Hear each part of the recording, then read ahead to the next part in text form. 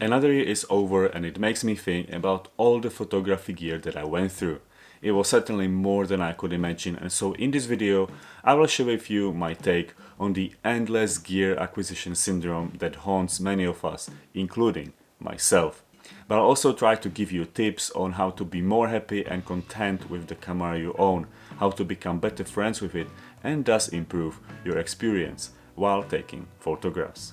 There is a theory saying that if you want to get over something, you need to take it to the maximum, get to the edge, see beyond the horizon.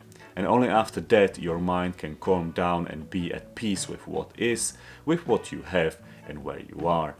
It certainly feels like I went through such experience with photo and videography gear in the past months, and although I only scratched the surface of what is available in camera stores and on the used market, I feel like the horizon got a lot closer.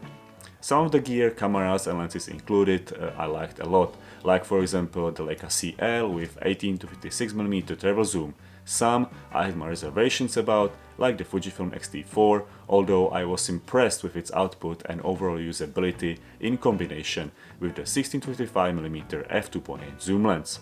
And some were a laugh on the first sight, like the combination of the magic Fujinon 35mm f1.4 and the unique X Pro 3.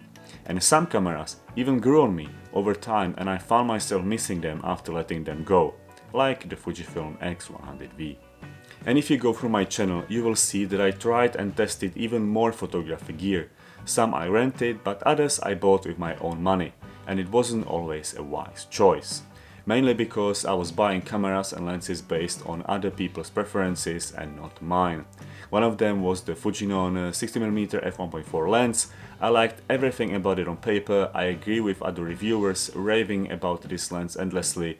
I loved the image output, the close focus ability, but in the end I could not get over its size, weight and 24mm equivalent focal length.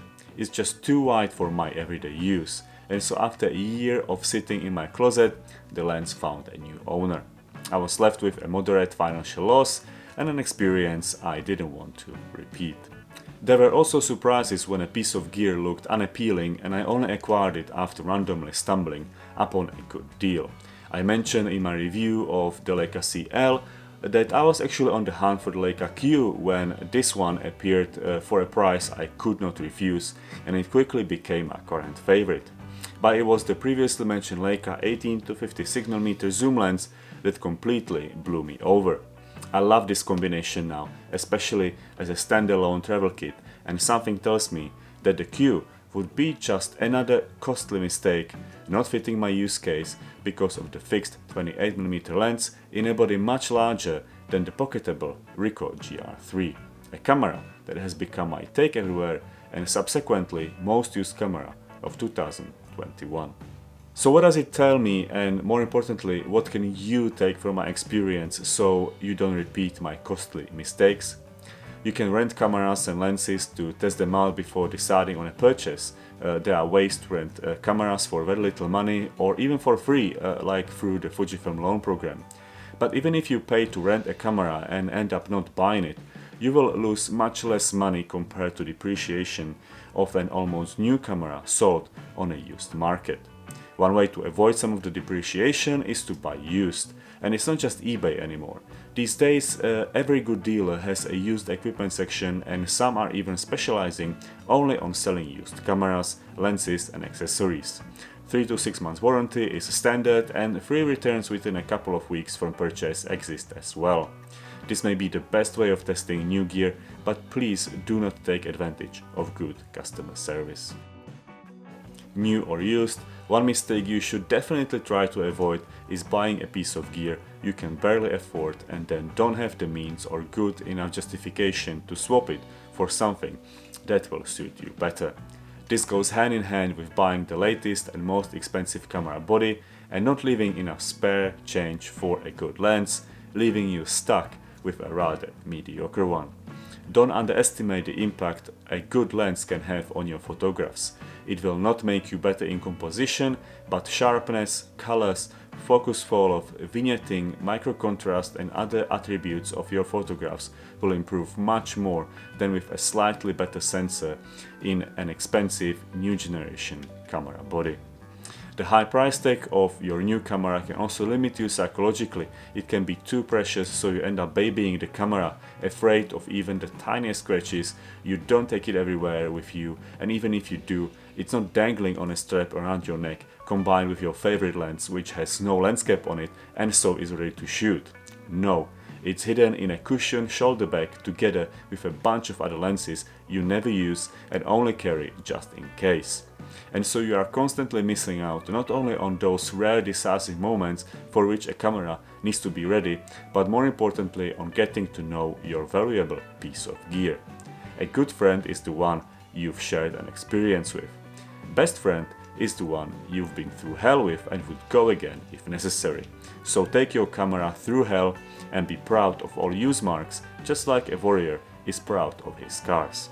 It may sound cheesy, but it's really important. Now look at this print. It's from a JPEG file captured and generated by the Canon A520. I used this archaic compact camera for a year back in 2006 and throughout that year took over 10,000 photos with it. I took a bunch of photos every single day. It definitely helped that that year I lived and traveled through Southeast Asia, so everything was interesting and worth capturing. And although the camera was nothing special even by standards of the year 2006, I loved it. It went everywhere with me. I knew all its strengths and weaknesses. We were best friends. It was also my only camera as I couldn't afford anything else. And by the end of the year, it was used in the true sense of the word. It had countless scratches, some markings on buttons were not readable, and the back LCD was only used for basic framing. And not long after I returned home, it stopped working completely because something in the zoom mechanism had corroded, making the lens stuck in a half-open position. Probably thanks to me using it close to waterfalls and getting caught in many tropical rainfalls. But it didn't matter. I said goodbye to my good friend with a light heart as I had no regrets. And this is what I wish for you as well. Regardless if your camera stops working or you decide to sell it, make sure you know it well. Make sure you truly understand its potential and are content with letting it go. You will save yourself expensive future rebuys and help yourself to focus less on the gear and more on improving your photography skills and enjoying the creative process. That's it for today. Let me know about your experience with camera gear's buyer's remorse. Like the video if you appreciate it and subscribe to this channel if you want to see more. I'll see you with the next one.